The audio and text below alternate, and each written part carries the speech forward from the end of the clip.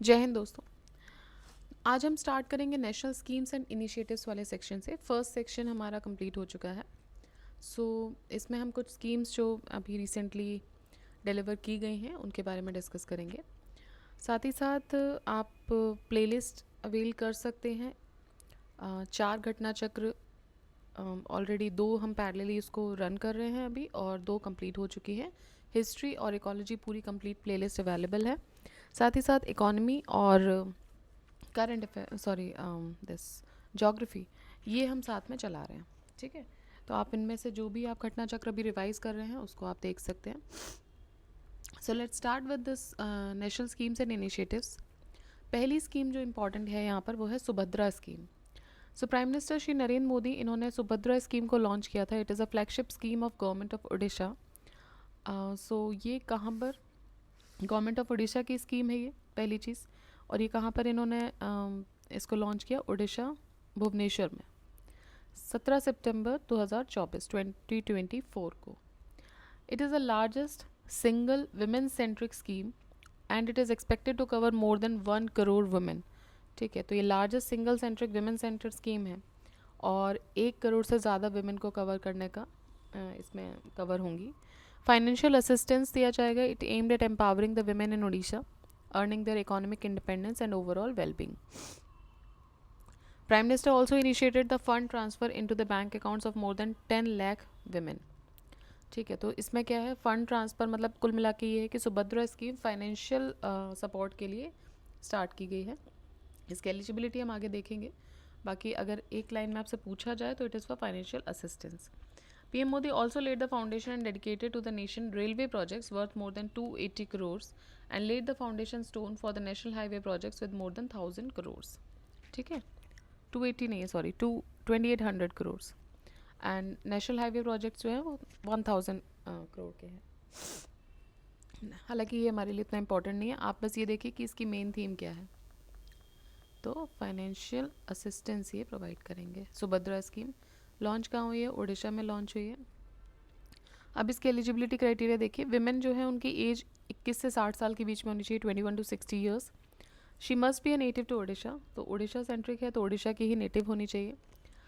She must meet the specific income criteria. Exclusions क्या क्या हैं, विमेन फ्रॉम वेल्दी फैमिलीज इसमें नहीं आएंगे।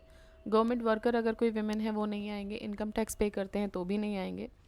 किसी और तरीके का गवर्नमेंट सपोर्ट आपको मिल रहा है, रेसिपिएंट हो आप उसके, मतलब कि ऐसा सपोर्ट जो कि 1500 रुपये पर मंथ से ज़्यादा का हो या 18,000 पर ईयर, तो इनमें से कोई भी क्राइटेरिया है तो वो नहीं आएंगे। देखिए 2-3 तो आपको याद ही रहेंगे, भाई ये कोई वेल्दी विमेन है उसको नहीं ज़रूरत है, गवर्नमेंट वर्कर हैं, they are already earning, income tax payer हो, मतलब उस ब्रैकेट में आप आते हो कि आपको इतने असिस्टेंस की ज़रूरत नहीं है। अब बचा रेसिपिएंट ऑफ गवर्नमेंट सपोर्ट। तो रेसिपिएंट ऑफ गवर्नमेंट सपोर्ट को मिलेगा, लेकिन अगर आप 1500 रुपये पर मंथ से कम या फिर 18,000 पर ईयर से कम रेसिपिएंट हो तो मिलेगा, अगर उससे ज़्यादा हो तो फिर आपको नहीं मिलेगा। की फीचर्स देखें तो financial support scheme provides ₹10,000 per year to cover 1 crore women in Odisha. तो इसमें क्या होगा, 10,000 रुपये पर ईयर प्रोवाइड किए जाएंगे इन उड़ीसा फ्रॉम 2024 टू 2029। तो 5 ईयर स्कीम है ये। 10,000 रुपये पर ईयर उनको दिए जाएंगे, 1 करोड़ महिलाओं को। Funds are distributed in two installments. 5,000 दिए जाएंगे, 5,000 करके 2 इंस्टॉलमेंट में दिए जाएंगे। पहला इंस्टॉलमेंट दिया जाएगा राखी पूर्णिमा को। The first instalment will be given on Rakhi Purnima, that is Rakshabandhan अगस्त में। एंड दूसरा दिया जाएगा इंटरनेशनल वेमेन डे पर, दैट इज़ 8 मार्च। ठीक है, तो 2 इंस्टॉलमेंट में दिए जाएंगे 5-5 हज़ार रक्षाबंधन पर और इंटरनेशनल वेमेंस डे पर। मोड ऑफ पेमेंट क्या होगा, डायरेक्ट डिपॉजिट किए जाएंगे बैंक अकाउंट में, Aadhaar enabled single holder bank account. Subhadra debit card provide किए जाएंगे हर रेसिपिएंट को, जिससे कि वो ईजी एक्सेस उनको मिल सके फंड्स का। 60 लाख वुमेन रजिस्टर हुई हैं अभी तक फॉर नाउ, एंड रजिस्ट्रेशंस अभी भी ओपन है until all qualifying beneficiaries are covered. ठीक है, तो सुभद्रा स्कीम के बारे में अगर पूछा जाता है, सिंपल, कौन से स्टेट से रिलेटेड है, उड़ीसा से, क्या करेंगे, फाइनेंशियल असिस्टेंस देंगे। अब फाइनेंशियल असिस्टेंस की बात आ रही है तो एलिजिबिलिटी क्राइटेरिया क्या है, 21 से 60 साल, 21 to 60 ईयर्स, नेटिव होनी चाहिए उड़ीसा की। और इनकम क्राइटेरिया हमने बात कर ही ली है कि अगर आप गवर्नमेंट सपोर्ट आपको मिल भी रहा है और 1500 रुपये पर मंथ से ऊपर अगर है तो आपको ये सपोर्ट नहीं दिया जाएगा, उससे कम है तो you will find it.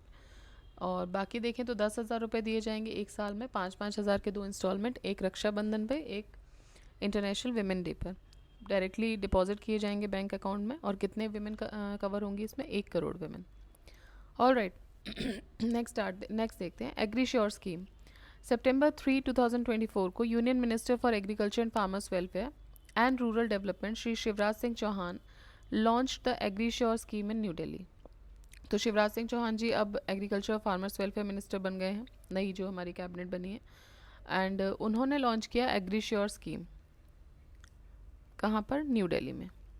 So AgriSure मतलब agri fund for startups and rural enterprises.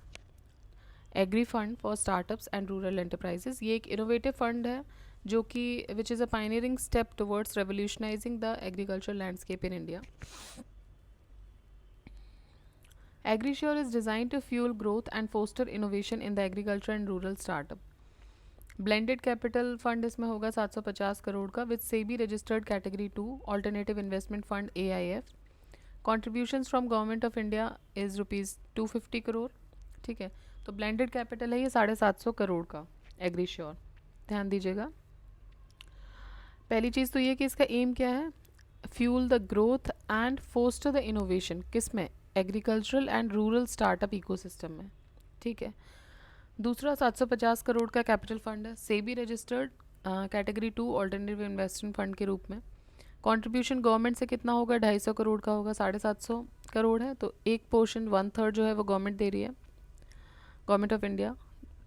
फिर उसके बाद एक पोर्शन दे रहा है नाबार्ड 250 करोड़ अगेन, एंड 250 करोड़ जो बचा हुआ है वो मोबिलाइज किया जाएगा कहाँ कहाँ से? बैंक से, इंश्योरेंस कंपनीज से और प्राइवेट इन्वेस्टर्स से। तो 250 और 250 500 करोड़ तो दिए जाएंगे government of India and NABARD के द्वारा इक्वली, एंड 250 करोड़ जो बचा हुआ है that would be mobilised. AgriSure Greenathon award. The event also presided the conferring for the AgriSure Greenathon awards. तो इसमें सबसे इनोवेटिव स्टार्टअप जो रहा है, जो कि which is developing the tech centric solutions. ठीक है, जो भी फार्मर्स अभी क्या बोल सकते हैं क्राइसिस फेस कर रहे हैं across the various stages of agri value chain, उनके लिए जिन्होंने भी टॉप टेक सेंट्रिक सोल्यूशंस निकाले हैं उनको सिलेक्ट किया गया। ग्रीनथॉन लॉन्च हुआ 12 जुलाई 2024 को and at Mumbai, and its grand finale with 10 finalist held before the launch. तो 10 फाइनलिस्ट इसमें किए गए। टॉप 3 स्टार्टअप्स अगर हम देखें जो जिनको ये अवार्ड दिया गया है एग्रीश्योर ग्रीनथॉन अवार्ड, वो हैं green SPO, Krishi Kranti, Krishi I guess this region of Maharashtra में भी, और कहाँ है पता नहीं, but I know about Maharashtra. So वहाँ जैसे हम लोग कृषि बोलते हैं नॉर्थ बेल्ट में, they pronounce it as a Krishi, so it is Krishi Kranti और Krishi Kranti. And the third is Embronics. ये 3 स्टार्टअप्स को जो टॉप 3 स्टार्टअप रहे हैं, they were selected in the winner, runner up and second runner up respectively. 10 finalist में से इनको चुना गया है। So green SPO, Krishi Kranti and एम्ब्रॉनिक्स। तो ये तो हो गई बात एग्रीश्योर ग्रीनथॉन अवार्ड्स की। एग्रीश्योर क्या है? एग्रीश्योर है कि एग्रीकल्चर वाले जो एरिया है उसमें इनोवेशन लाना और रूरल स्टार्टअप्स को, सिस्टम को और ज़्यादा डेवलप करना। ठीक है, तो और 750 करोड़ की कैपिटल है। कौन कौन प्रोवाइड करेगा इसमें capital? 750 crore government of India दे रही है, याद रखिएगा। ऐसा आप उसमें स्टेटमेंट में घुमा फिरा के बोल सकते हैं कि भाई जिस स्टेटमेंट में जिस स्टेट में लेकर आना है उस स्टेट की गवर्नमेंट दे रही है, या फिर कोई और तरीके से आपको घुमाया जा सकता है। तो 2 तो आप श्योर याद कर लीजिए कि नाबार्ड 250 करोड़ दे रहा है इसके लिए और 250 करोड़ गवर्नमेंट दे रही है। इसके अलावा जो बचा हुआ 250 करोड़ है उसको मोबिलाइज़ किया जाएगा अलग अलग सोर्सेज से। अब वो सोर्सेज क्या होंगे? बैंक्स हो सकते हैं, इंश्योरेंस कंपनीज़ हैं, प्राइवेट इन्वेस्टर्स जो देना चाहते हैं वो भी उसमें आएंगे, और उसके अलावा ग्रीनथॉन अवार्ड्स भी दिए गए। नेक्स्ट देखते हैं 5 ईयर्स ऑफ जल Jeevan mission. Recently on independence day 2024 5 years of जल जीवन मिशन वर कम्प्लीटेड। तो 5 साल हो गए जल जीवन मिशन को, and it envisages the supply of safe drinking water. तो इनका मेन एम क्या है जल जीवन का? कि सेफ ड्रिंकिंग वाटर देना, वो भी किससे? टैप कनेक्शंस के through, to all the rural households by the end of 2024। तो अब 2024 एंड होने वाला है, अब सारे रूरल हाउस होल्ड्स को क्या मिलने वाला है? Safe drinking water through the tap connections. की हाईलाइट्स देखें तो at the time of its inception only 3.23 crore मतलब कि 17% रूरल हाउस होल्ड के पास टैप वाटर कनेक्शन था. मिशन का एम ये था कि जो ये गैप है उसको फिल किया जाए by providing 16 crore additional households with tap water by 2024 and thereby insuring the functionality of existing water supply system and directly 19 crore rural families इससे बेनिफिट लेंगी.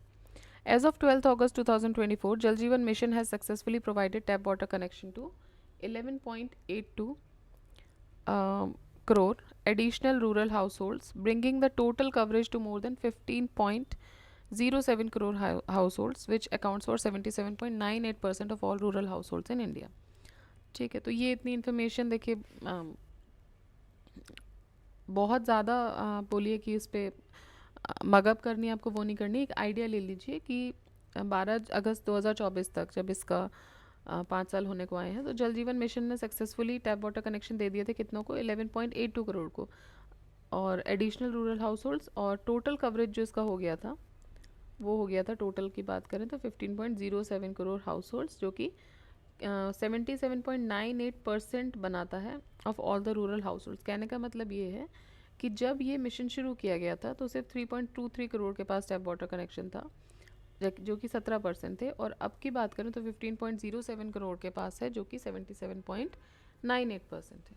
ठीक है, बात कर लेते हैं जल जीवन मिशन की. जल जीवन मिशन लॉन्च किया गया था अगस्त 15, 2019 को with prime minister Narendra Modi with the ambiguous goal of providing tap water supply to each rural household by 2024. Broad objective क्या है जल जीवन मिशन का कि functional household tap connection देना है हर रूरल हाउस होल्ड को, to every rural household, गाँव तक टैप वाटर कनेक्शन प्रोवाइड करना.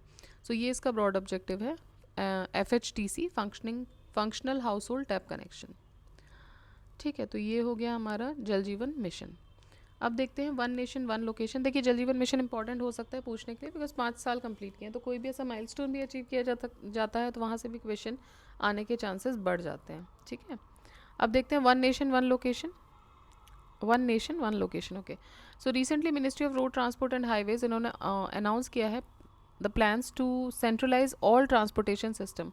तो जितने भी ट्रांसपोर्टेशन सिस्टम है, चाहे वो रोडवेज हों, रेलवेज हों, एयरवेज हों, वाटरवेज हों, अब तो साथ में रोपवेज भी आ गए हैं, तो इनको एक सिंगल हब और टर्मिनल्स में इसको सेंट्रलाइज करना है across India to streamline and enhance the passenger convenience. ये जो टर्मिनल्स हैं ये वन स्टॉप सोल्यूशन के तौर पे काम करेंगे for connecting various modes of transport, catering to 87% of passenger traffic that moves via roads in the country. So ये जो टर्मिनल है क्या करेंगे, एक वन स्टॉप सोल्यूशन मिल जाएगा इन अलग अलग मोड्स ऑफ ट्रांसपोर्ट को कनेक्ट करने का, and it will cater to 87% of passenger traffic. ठीक है, जो कि रोड से मूव कर रहा है, तो मतलब वाया रोड जो चल रहे हैं उनको केटर ज़्यादा करेगा. 2 पायलट हब्स डेवलप किए गए हैं. पहला किया गया है कटरा में, एंड दूसरा 2 पायलट हब्स हैं, तो एक हब तो जो है वो कटरा और तिरुपति है टुगेदर. दूसरा है along with another 2 in Varanasi and Nagpur. Varanasi and Nagpur, तो ये ध्यान दीजिएगा, कटरा एंड तिरुपति और Varanasi and Nagpur, through national highway logistic management, a wholly owned subsidiary of NHAI, national highway authority of India. ठीक, तो वन नेशन वन लोकेशन का मतलब ये है कि जितने भी ट्रांसपोर्टेशन मोड्स हैं, roadways, railways, airways, waterways and ropeways, इन सबको सेंट्रलाइज किया जाएगा और एक सिंगल हब के तौर पे ही टर्मिनल्स शुरू किए जाएंगे. अब आगे इसमें कितनी मतलब इसकी वजह से फ़ायदे क्या हैं, नुकसान क्या हैं, वो सब आगे जब ये इन प्रैक्टिकल यूज़ आएगा तब हमें पता चलेगा. अभी जो न्यूज़ है वो बता रही है कि 2 पायलट हब्स इसमें स्टार्ट किए जाएंगे, Katra and Tirupati and Varanasi and Nagpur. Alright, next देखते हैं national forensic infrastructure enhancement scheme, NFIES, national forensic infrastructure enhancement scheme. देखिए 19 जून 2024 को union cabinet which was chaired by prime minister Shri Narendra Modi, they approve the proposal of ministry of home affairs for central sector scheme. तो ये किसके अंदर आ रहा है, ministry of home affairs. देखिए forensic है तो होम अफेयर्स के अंदर आएगा. For central sector scheme, central sector scheme मतलब wholly owned by centre, centre sponsored scheme मतलब जिस स्टेट के साथ मिलकर काम करेंगे they will also provide some input. So national forensic infrastructure enhancement scheme शुरू किया गया. Scheme approved with total financial outlay of ₹2254.43 crore during the period of 2024 to 28-29. तो 5 साल के लिए है ये स्कीम. और आई एम सो सॉरी. और 2254.43 करोड़ इसमें फाइनेंशियल आउटले होगा. ये जो स्कीम है, it aims to enhance the forensic infrastructure across the country by establishing off campus laboratories of the national forensic sciences university in 28 states and all union territories. ठीक है. तो इसका एम क्या है कि जितने भी फॉरेंसिक इंफ्रास्ट्रक्चर हैं कंट्री में, उसको मतलब एनहेंस करना कैसे, by establishing the off campus laboratories. तो जो कैंपस लेबोरेटरीज हैं वो तो हैं, उसके अलावा और बढ़ाया जाए, ऑफ कैंपस लेबोरेटरीज भी बढ़ाई जाए नेशनल फॉरेंसिक साइंसेज यूनिवर्सिटी की in all the states and union territories. ठीक. Cabinet has approve the following components under the scheme. क्या क्या इसमें कंपोनेंट्स अप्रूव हुए हैं? Establishment of campuses of national forensic sciences university in the country, establishment of central forensic science laboratory in the country, enhancement of existing infrastructure of the Delhi campus of NFSU. मतलब जो main M है आप अगर बोल सकते हैं तो ये है कि इंक्रीज़ करना फॉरेंसिक्स के जो भी इंफ्रास्ट्रक्चर उसको बढ़ाना. नेशनल फॉरेंसिक साइंस यूनिवर्सिटी की बात करें तो national forensic science university erstwhile Gujarat forest science university, ये वर्ल्ड की पहली और इकलौती यूनिवर्सिटी है. It is world's first and only university which is dedicated to forensic sciences and its allied subjects. ये जो यूनिक यूनिवर्सिटी है, इसका सपना नरेंद्र मोदी जी ने देखा था जब वो चीफ मिनिस्टर थे गुजरात के 2008 में. एंड ये it came into being on 11 फरवरी 2009 at Gandhinagar Gujarat with appointment of doctor JM Vyas as its first director general. तो देखिए सबसे इम्पॉर्टेंट इसमें से जो है वो ये है कि ये वर्ल्ड की पहली और इकलौती यूनिवर्सिटी है जो कि कम्प्लीटली डेडिकेटेड है फॉरेंसिक साइंसेज और उसके अलाइड सब्जेक्ट्स के लिए. 1 अक्टूबर 2020 को गवर्नमेंट ऑफ इंडिया ने एलिवेट किया यूनिवर्सिटी को नेशनल यूनिवर्सिटी में और इस्टेब्लिश किया NFSU through national forensic science university act. Simultaneously NFSU जो था उसको स्टेटस मिला इंस्टीट्यूशन ऑफ नेशनल इंपॉर्टेंस का भी, INI का भी. So this is an important fact and this is an important infrastructure in the country because it is the world's first and only forensic dedicated university. ठीक है, important है, ध्यान दीजिएगा. Next, GI tag to Majuli mask and others. So March 4, 2024, the central government has given the geographical indication tag to Majuli mask and Majuli manuscript painting. Majuli mask क्या है? The root of Majuli mask is situated in the River Island district of Majuli in Assam. ठीक. River island is well known in the world as a seat of Assam's new Vaishnavite tradition. तो जो ये river island है, it is well known in the world as a seat of Assam's new Vaishnavite tradition. Majuli mask और handmade mask वहाँ पे ये हाथ से ही बनाए जाते हैं और traditionally it is use to depict characters in bhaonas और theatrical performance with devotional messages under the new Vaishnavite life. तो जो न्यू वैष्णवाइट लाइफ है, जो न्यू वैष्णवाइट ट्रेडिशन है, उसको डिपिक्ट करेंगे ये मास्क. और कहाँ पर है ये? माजुली आइलैंड, आसाम. और ये एक रिवर आइलैंड है. ठीक है. Majuli manuscript painting. Majuli manuscript painting क्या है? ये ऑब्वियसली पेंटिंग है तो it is a form of painting only. Originate हुआ था ये 16th सेंचुरी में और इसको उस समय किया गया था सांची पट पे, या फिर manuscript made of the bark of sanchi और agar tree using homemade ink. Okay, Sanchi Pat क्या है? सांची पट एक तरीके की बार्क होती है जिसको हम अगर हिंदी में बोले तो छाल, किसी पेड़ की छाल या बाक. ठीक है, किस पेड़ की छाल होती है? This is the bark of Sanchi, या फिर इसको अगर ट्री भी बोलते हैं. और होममेड इंक से इस पर पेंटिंग की जाती थी. Earliest example of illustrated manuscript is set to be rendered of the Adya Dasam of Bhagavata Purana in Assamese by Srimanta Sankar Dev. ये जो पेंटिंग है इसको पैट्रोनाइज किया गया था अहोम किंग्स के द्वारा. ठीक. तो माजुली मैन्यूस्क्रिप्ट पेंटिंग और माजुली मास्क, इसको GI टैग दिया गया. दोनों ही आसाम में हैं और सांची पट पे ही की जाती है. सांची या फिर अगर ट्री भी इसको बोलते हैं. Next is PM Janman. So Union Ministry of Tribal Affairs, they has initiated an information, education and communication campaign for the Pradhan Mantri Janjati Adivasi Nyay Maha Abhiyan Janman from December 25, 2023 onwards. The campaign was started with an aim of reaching out to 22,000 particularly vulnerable tribal groups (PVTG), majority tribal habitations and PVTG families in 200 districts across the country.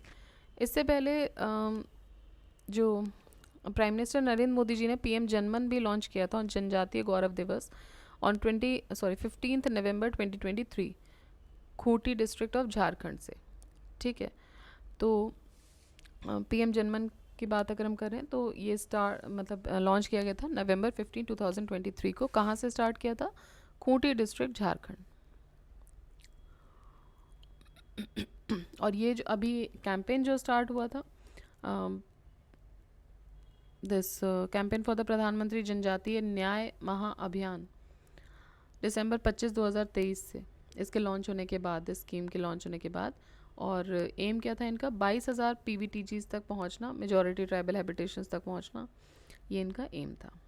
ठीक है, तो इसी के साथ हमारे national schemes और initiatives वाला जो टॉपिक है वो ख़त्म होता है. अब हम दूसरा डिस्कस करेंगे, that is national events and programs. National events and programs में फर्स्ट प्रोग्राम है समृद्ध प्रोग्राम. देखिए, समृद्ध प्रोग्राम जो है ये 5 सितंबर 2024 को सेक्रेटरी मेती जो है ministry of electronics and information technology, इन्होंने लॉन्च किया second cohort of startup accelerators of Meitei for the product innovation development and growth. ठीक है, तो ये इसका पूरा फुल फॉर्म है समृद्ध का. Startup accelerators of Meitei for product innovation development and growth, समृद्ध.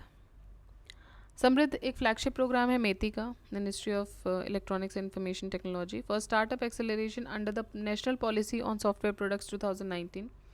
ये प्रोग्राम लॉन्च हुआ था 2021 में. इसका एम था 300 सॉफ्टवेयर प्रोडक्ट स्टार्टअप्स को सपोर्ट करना with outlay of 99 crore over a period of 4 years. It is being implemented through potential and established accelerators across India, जो कि which provide the services like making products market fit, business plan, investors connect and international expansion also to the startups plus matching funding up to 40 lakh by मेती. ठीक है, तो ये जो समृद्ध है उसको इम्प्लीमेंट किया जा रहा है, अलग अलग मतलब एक्सेलेरेटर स्टैब्लिश किए जा रहे हैं पूरे इंडिया में. और फिर इसमें जो सर्विसेज प्रोवाइड की जाएंगी कि जो प्रोडक्ट्स हैं उनको मार्केट फिट कैसे बनाया जाए, बिजनेस प्लान्स क्या है, इन्वेस्टर से कैसे कनेक्ट किया जाए, इंटरनेशनल एक्सपेंशन कैसे हो स्टार्टअप्स का, साथ ही साथ matching the funds up to 40 lakhs by MeitY. तो ये भी इसमें मेती का इन्वॉल्वमेंट होगा. स्कीम को इम्प्लीमेंट किया जा रहा है MeitY Startup Hub MSH, Digital India Corporation DIC के द्वारा. सो समृद्ध, बस इतना एक बार आप याद रखिएगा. अगर सिंपल क्वेश्चन पूछा जाएगा तो कंफ्यूज नहीं होना है. समृद्ध डेवलपमेंट के लिए या कुछ, इट इज़ फॉर स्टार्टअप्स. ठीक है, नेक्स्ट इज शिल्प दीदी महोत्सव. सो 16 अगस्त तो से लेके 31 अगस्त 2024 तक शिल्प दीदी महोत्सव सेलिब्रेट किया गया. कहाँ पर किया गया? दिल्ली में.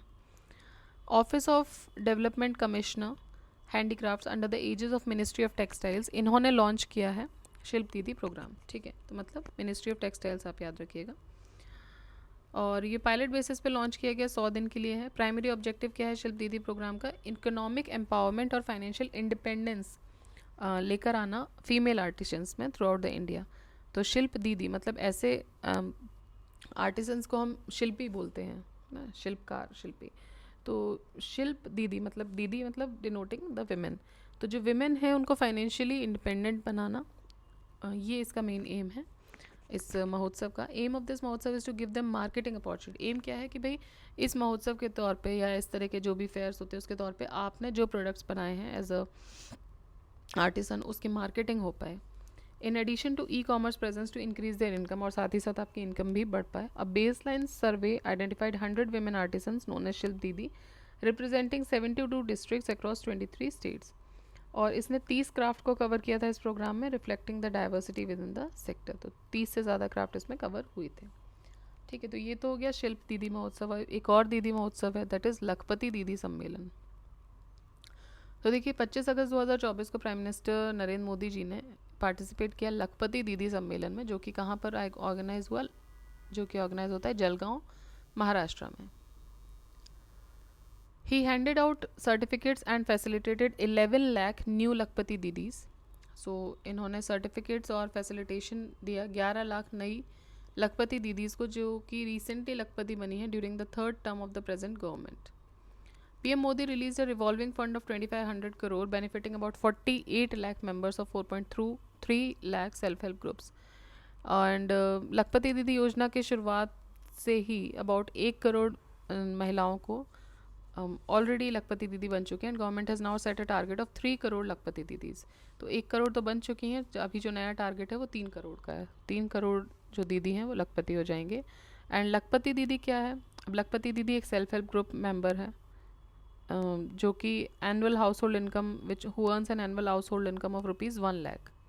ठीक है, तो अगर आप एनुअली कोई जो सेल्फ हेल्प ग्रुप की जो महिला है वो एनुअली अगर 1 लाख रुपए कमा रहे हैं तो वो लखपति दीदी के कैटेगरी में आएंगे. ये जो इनकम है it is calculated for at least 4 agricultural seasons या फिर business cycles with an average monthly income exceeding ₹10,000 so that it is sustainable. ठीक, तो ये जो कैलकुलेशन होगा वो 4 एग्रीकल्चरल सीजन या बिजनेस साइकिल्स के थ्रू होगा, और एवरेज मंथली जो इनकम है वो एक्सीड करे 10,000 से ज़्यादा, जिससे कि वो सस्टेनेबल रहे. तो ये भी इसमें एक मेन एम है इनका. और ये अनाउंस किया गया था प्राइम मिनिस्टर के द्वारा इंडिपेंडेंस डे ऑन 15 अगस्त 2023. ठीक है, सो लखपति दीदी is like self help group के मेंबर्स जो कि एक साल में मिनिमम 1 लाख तो कमा ही रहे हैं. So they are following into the category of Lakhpati Didi. Next is 8th धर्म धम्म कॉन्फ्रेंस. सो 8th धर्म धम्म कॉन्फ्रेंस जो है ये ऑर्गेनाइज किया गया इंडिया फाउंडेशन के द्वारा in collaboration with Gujarat university. Conference हुई अहमदाबाद गुजरात में. Conference held across August 23 to 25 2024. Conference के चीफ गेस्ट थे vice president Jagdeep Dhankhar. Theme क्या थी इसकी? कॉस्मोलॉजी इन धर्म and Dhamma. Doctor Neeraj Gupta या नीरजा गुप्ता हु वॉज नहीं, या तो नहीं बोल सकते, देखिए I think Neerja is a female name, so my bad. Doctor Neerja Gupta who was a VC of the Sanchi University of Buddhist and Indic Studies in Bhopal, where the conference was held in 2023, was the host this time as well. ठीक है, तो last जो हुआ था ये 2023 में भोपाल में हुआ था, और उस समय जो होस्ट थी, देखिए मैं अभी क्लियर नहीं थी या थे, लेकिन डॉक्टर नीरजा गुप्ता वही इस समय भी होस्ट थी. ठीक है, थीम देख लीजिएगा, थीम याद रखिएगा, कॉस्मोलॉजी इन धर्म and Dhamma. Dharma Dhamma conference, this initiative of India Foundation aim to focus on the essential identity between Dharma and Dhamma view points because these thoughts are as relevant today as they have been millennia, exemplified by abiding continuum of Hindu and Buddhist civilization. Aim of this annual conference is to facilitate the cross-pollination of ideas and foster the harmony between the two ancient civilizations so that Dhamma becomes a veritable celebration of freedom. The first International Dhamma Conference was organized on September 22-23, 2012 at Sanchi University, Madhya Pradesh. ठीक है, तो पहला कब हुआ था? पहला हुआ था 2012 में, और ये कौन सा है? 8th है. ठीक है, सो अभी जो हो रहा है वो 8th है, और ये हो रहा है अहमदाबाद गुजरात में. 9th governing council meeting. So prime minister Shri Narendra Modi on July 27, 2024 he chaired the 9th governing council meeting of NITI आयोग. तो नीति आयोग की 9th गवर्निंग काउंसिल मीटिंग उन्होंने, he was the chairman. The meeting was held at Rashtrapati Bhavan cultural centre. Meeting कहाँ पर होती है? Rashtrapati Bhavan cultural centre में ये होती है meeting. And it was attended by the chief ministers and lieutenant governors representing 20 states and 6 UTs. मतलब चीफ मिनिस्टर्स या फिर लेफ्टिनेंट गवर्नर जो भी हैं वो स्टेट या यूटी के, उन्होंने इसको अटेंड किया. 20 स्टेट्स, सारे स्टेट्स नहीं थे पहली चीज़, 20 स्टेट और 6 यूटीज़ इसमें आए थे. की हाईलाइट्स क्या है? The meeting encourage each state and district to formulate its vision for 2047. तो 2047 2047 का एक विजन क्रिएट करने की बात की गई है with the states. Aligning with the national vision of a developed India. India aims to become the world's 3rd largest economy. तो इंडिया ने जो अभी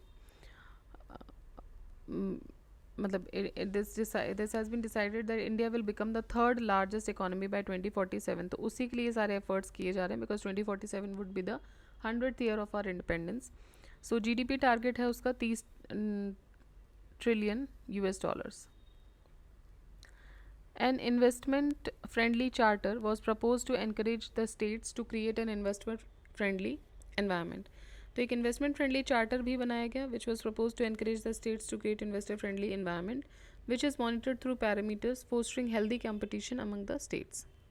ठीक है, तो ये तो हुआ 9th गवर्निंग काउंसिल मीटिंग की बात. गवर्निंग काउंसिल ऑफ नीति आयोग की बात करें तो this is the premier body task with evolving a shared vision of national priorities and strategies with the active involvement of states in the shaping the development narrative. The governing council of NITI Aayog comprises, कौन कौन होते हैं इसमें? Prime minister of India, Chief Minister of the States and Union Territories with Legislature, Lieutenant Governors of the other Union Territories, ex officio members, then Vice Chairman of Niti Aayog, full-time members of Niti Aayog and special invitees. ठीक है, तो ये इसमें होगा.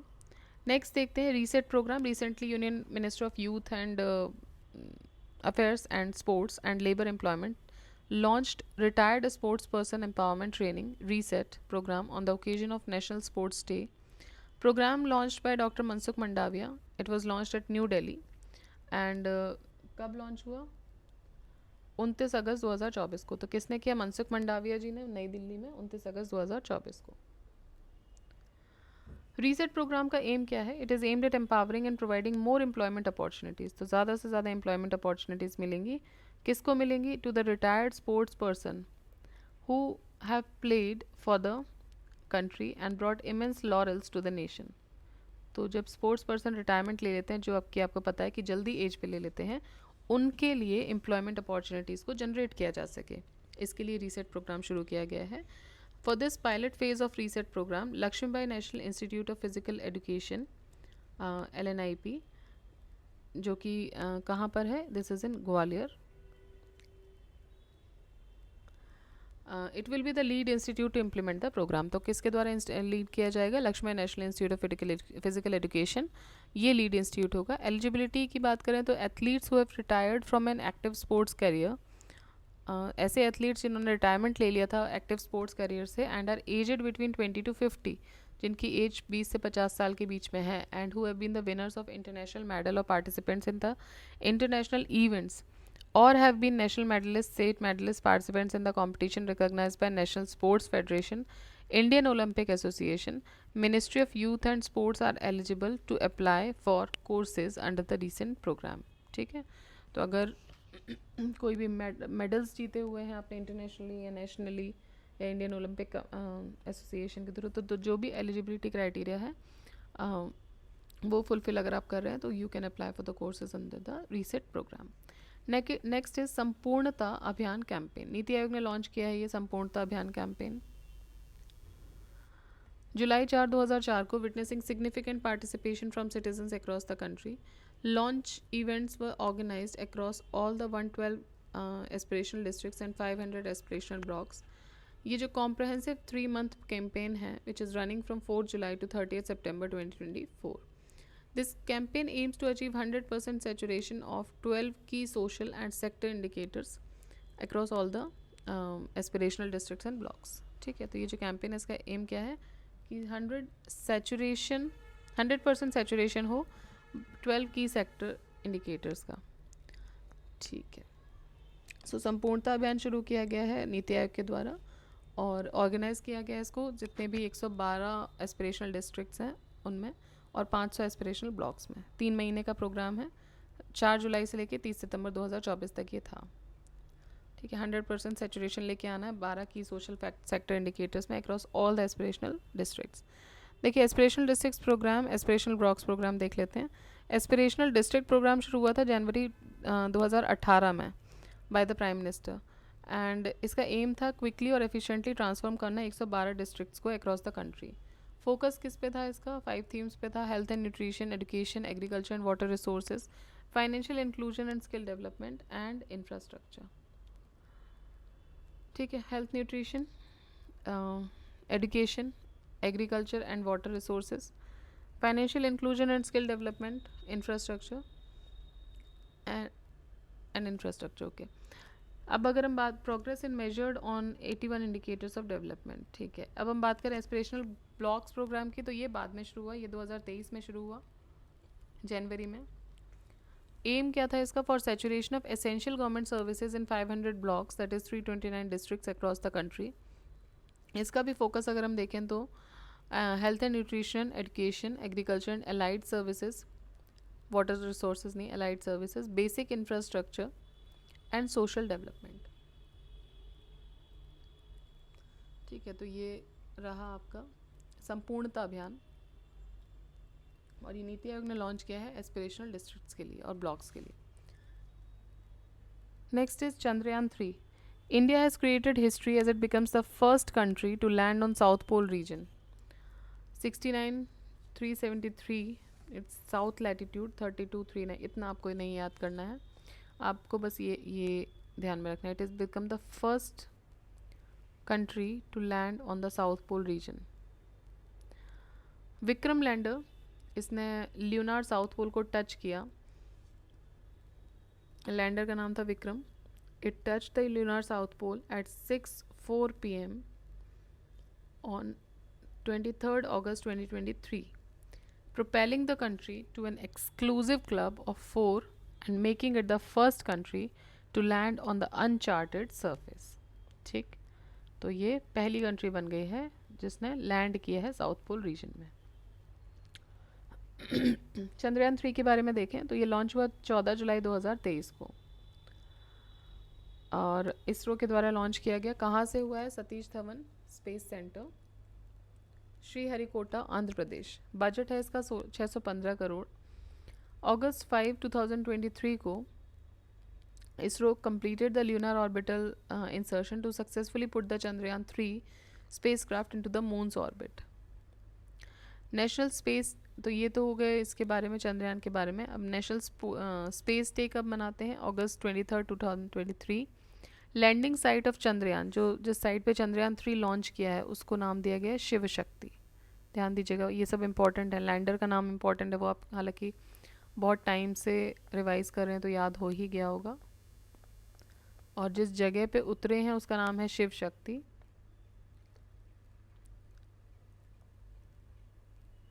Then landing site of Chandrayaan 2, Chandrayaan 2 की landing site को नाम दिया गया था तिरंगा पॉइंट। ठीक है, कंफ्यूज कर सकते हैं, आपको 4 ऑप्शन दे देंगे, ये तिरंगा पॉइंट, शिव शक्ति, तो आप कंफ्यूज हो सकते हैं। तो आपको बताना है कि जो थर्ड है वो तो शिव शक्ति पे लैंड किया है, जो सेकंड था उसने उसको नाम दिया गया था तिरंगा पॉइंट, और सरफेस पॉइंट जो कि चंद्रयान 1 ने स्ट्राइक किया था उसको नाम दिया था जवाहर पॉइंट। की फीचर्स क्या हैं चंद्रयान 3 मिशन की? इसमें इंडिजीनियसली प्रपल्शन मॉड्यूल है, लैंडर मॉड्यूल है, लैंडर का नाम है विक्रम, और एक रोवर है। ठीक है, तो इन propulsion module, lander module and rover.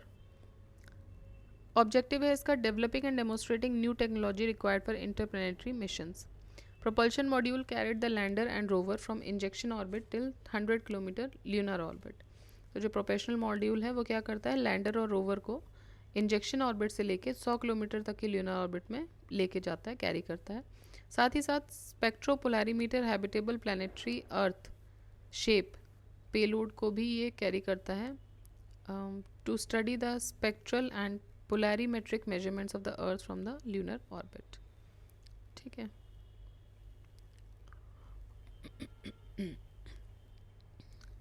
Lander payloads की मास अगर देखें तो इसका मास था 1749.86 kg and power 738 what.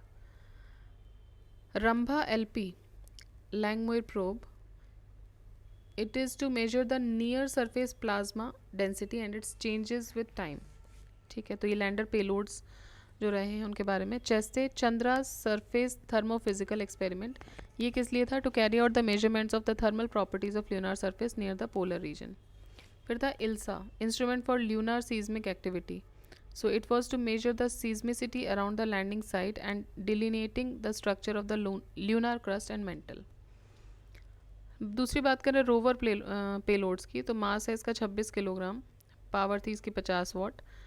AP access alpha particle X-ray spectrometer to determine the elemental composition magnesium, aluminium, silicon, potassium, calcium, titanium and iron. तो जो भी elemental composition है ल्यूनार सॉइल की उसको डिटरमाइन करना, एंड जो भी उसके आसपास जो रॉक्स है वहाँ की भी एलिमेंटल कॉम्पोजिशन को डिटरमाइन करना, ये इसका काम था। LIBS, laser induced breakdown spectroscope. It the aim was to derive और to derive the chemical composition and infer mineralogical composition to further enhance our understanding of lunar surface. Alright, तो ये कुछ लैंडर पेलोड्स थे। हालांकि अभी जो आप mainly याद करिएगा वो landing site of Chandrayaan 3, Chandrayaan 2, surface point जिसको स्ट्राइक किया था जवाहर पॉइंट था। उसके अलावा ये फर्स्ट कंट्री बन गई to land on the south pole region. Right, एक अनचार्टेड स्पेस पे उतरने वाला पहला है, विक्रम लैंडर के थ्रू ये उतरा था। Travel for life and best tourism village award. So ministry of tourism India hosted its first and 46th Pacific Asia Travel Association PATA Travel Mart in the city of New Delhi in October 2023. Previously, on the occasion of World Tourism Day 2023, September 27, Ministry of Tourism organized the global launch of Travel for Life. The global launch of Travel for Life was done at Bharat Mandapam, New Delhi. तो ये किया गया Bharat Mandapam new Delhi में जो अभी बनाया गया है। ट्रैवल फॉर लाइफ एक सेक्टोरल प्रोग्राम है under the mission life targeted towards the tourism sector. So एक तरीके का सेक्टोरल प्रोग्राम है ये, किसके अंतर्गत? Under the mission life. Travel for life एक the ministry of tourism has initiated the best tourism village competition. So best tourism village competition initiate किया गया मिनिस्ट्री ऑफ टूरिज्म के द्वारा फरवरी 16, 2023 को, to recognise and promote the exemplary tourism villages across the India. So 35 rural tourism villages जो थे वो recognise किए गए and distributed across the gold, silver and bronze categories with 5, 10 and 20 villages in each respectively. So village awardee कौन से रहे हैं? दवार जम्मू कश्मीर में, सरमोली उत्तराखंड, रीक मिज़ोरम, कंथलौर केरला और मडला मध्य प्रदेश। तो ये जो हैं ये गोल्ड अवॉर्डी रहे हैं। ठीक है, सो मडला मध्य प्रदेश, कंथलौर केरला, रेजिक मिज़ोरम, सरमोली उत्तराखंड एंड दवार जो है ये पहले नंबर पे Jammu Kashmir. India's first rapid transit system RRTS। Prime minister Narendra Modi ने इनॉग्रेट किया priority section of Delhi Ghaziabad Meerut RRTS corridor, that is 17 kilometre corridor at Sahibabad RapidX station in Ghaziabad Uttar Pradesh on October 20, 2023। Foundation stone जो था वो 8 मार्च 2019 को रखा गया था। स्पेशल क्या है इसमें? इंडिया की पहली रैपिड रेल सिस्टम है ये। RRTS is a new rail-based semi-high speed high frequency transit system जो कि 180 किलोमीटर पर आवर की स्पीड अटेन कर सकती है।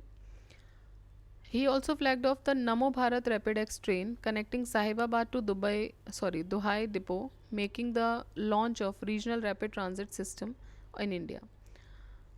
The Prime Minister personally travelled in the regional rapid transit train named Namo Bharat. तो नमो भारत जो है वो क्या है? पहली रैपिड ट्रांजिशनल ट्रांजिट सिस्टम है और लॉन्च हुआ इसका 8 मार्च 2019 को। फाउंडेशन स्टोन रखा गया और इसका जो प्रायोरिटी सेक्शन है दिल्ली गाजियाबाद मेरठ RRTS 17 किलोमीटर का कॉरिडोर है, उसको ओपन किया गया, इनॉग्रेट किया गया मोदी जी के द्वारा। साथ ही साथ नमो भारत ये क्या है? ये भी एक रैपिड एक्स ट्रेन है जो कि साहिबाबाद को दुहाई डिपो से कनेक्ट करती है। नेक्स्ट देखते हैं Hoysala temples. Sacred ensembles of Karnataka's Hoysal temples, they have secured a place on UNESCO's World Heritage List in September 2023. This achievement follows closely after the Shantiniketan 41st Heritage Site, which was won in Bengal, West Bengal. It was added to the UNESCO World Heritage List. तो ये जो achievement है ये Shantiniketan 41st heritage site बना था, उसके बाद ही ये हुआ। सो होयसल टेम्पल जो है they have secured a place on UNESCO world heritage list, ठीक है, तो 42 हो जाएगा। होयसल टेम्पल के बारे में आप देख लीजिए, अब चूँकि इसमें आ गया है तो इसकी हिस्ट्री पूछी जा सकती है, कहीं ना कहीं शांति निकेतन के बारे में भी देखिएगा। सो होयसल टेम्पल्स जो थे ये बने थे 12वीं-13वीं शताब्दी में in the 12th-13th century and are represented here by 3 components, Belur, Halebid and Somanathapura, ठीक है। सो ये जो होयसल टेम्पल है ये 12th to 13th सेंचुरी में बने थे एंड यहाँ पर इनको रिप्रेजेंट करते हैं 3 कंपोनेंट, बेलूर, हेलेबिड और Somanathapura. Their architecture combines elements of north Indian Nagara and south Indian Dravida style. So architecture जो था वो बेसिकली कंबाइन करता है दोनों ही जो हमारी शैलियाँ हैं, नॉर्थ इंडियन नागर style and the Dravidian style. 3 temples include हुए हैं, छेनकेश्वर टेम्पल इन बेलूर जो कि होयसल किंग विष्णुवर्धन जी ने बनवाया था 1116 एडी में, इन द 1116 एडी, ठीक है। So Chennakeshava temple, Hoysala king Vishnuvardhan. Hoysaleswara temple ये हेलिबिड में है और केशव टेम्पल ऑफ सोमनाथपुर ये लॉर्ड कृष्णा को डेडिकेटेड है। केशव टेम्पल है ये, तो कृष्णा को डेडिकेटेड है।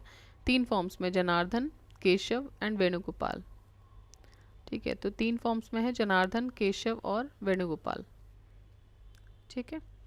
सो ये 3 जगह हैं बेसिकली जिनको ये जिसको इंक्लूड किया गया है होयसल टेम्पल्स में, चेन्नकेश्वर टेम्पल, होयसलेश्वर टेम्पल और केशव टेम्पल। चेन्नकेश्वर है बेलूर में, होयसलेश्वर हालेबिड में है और केशव टेम्पल सोमनाथपुरा में है। तो ये सेक्शन भी हमारा ख़त्म होता है। अब जो नेक्स्ट सेक्शन आएगा वो आएगा रिपोर्ट एंड डाइसेस का, और उसको हम देखेंगे नेक्स्ट वीडियो में, बिकॉज एक वीडियो बहुत लंबा नहीं करना है हमको। एंड विद दैट देखिए करंट अफेयर्स है, रिवाइज कीजिएगा, और जो भी इसके राइट लेफ्ट जो भी न्यूज़ है वो भी आप कहीं ना कहीं से उसको थोड़ा बहुत नज़र देख लीजिएगा। जैसे कि शांति निकेतन के बारे में अभी हम बात करें तो यूनेस्को साइट में इसको होयसलेश्वर से जस्ट पहले शांति निकेतन ऐड हुआ है, तो ये सब लेटेस्ट डेटा ही है। तो थोड़ा बहुत शांति निकेतन के बारे में कि कब हुआ, किसने किया, कोई बेसिक इंपॉर्टेंट इन्फॉर्मेशन है वहाँ से रिलेटेड हिस्टोरिकली, तो वो सब आप देख लीजिएगा, ठीक है। और अब नेक्स्ट हम स्टार्ट करेंगे report and indices. Till then take care, जय हिंद, जय भारत।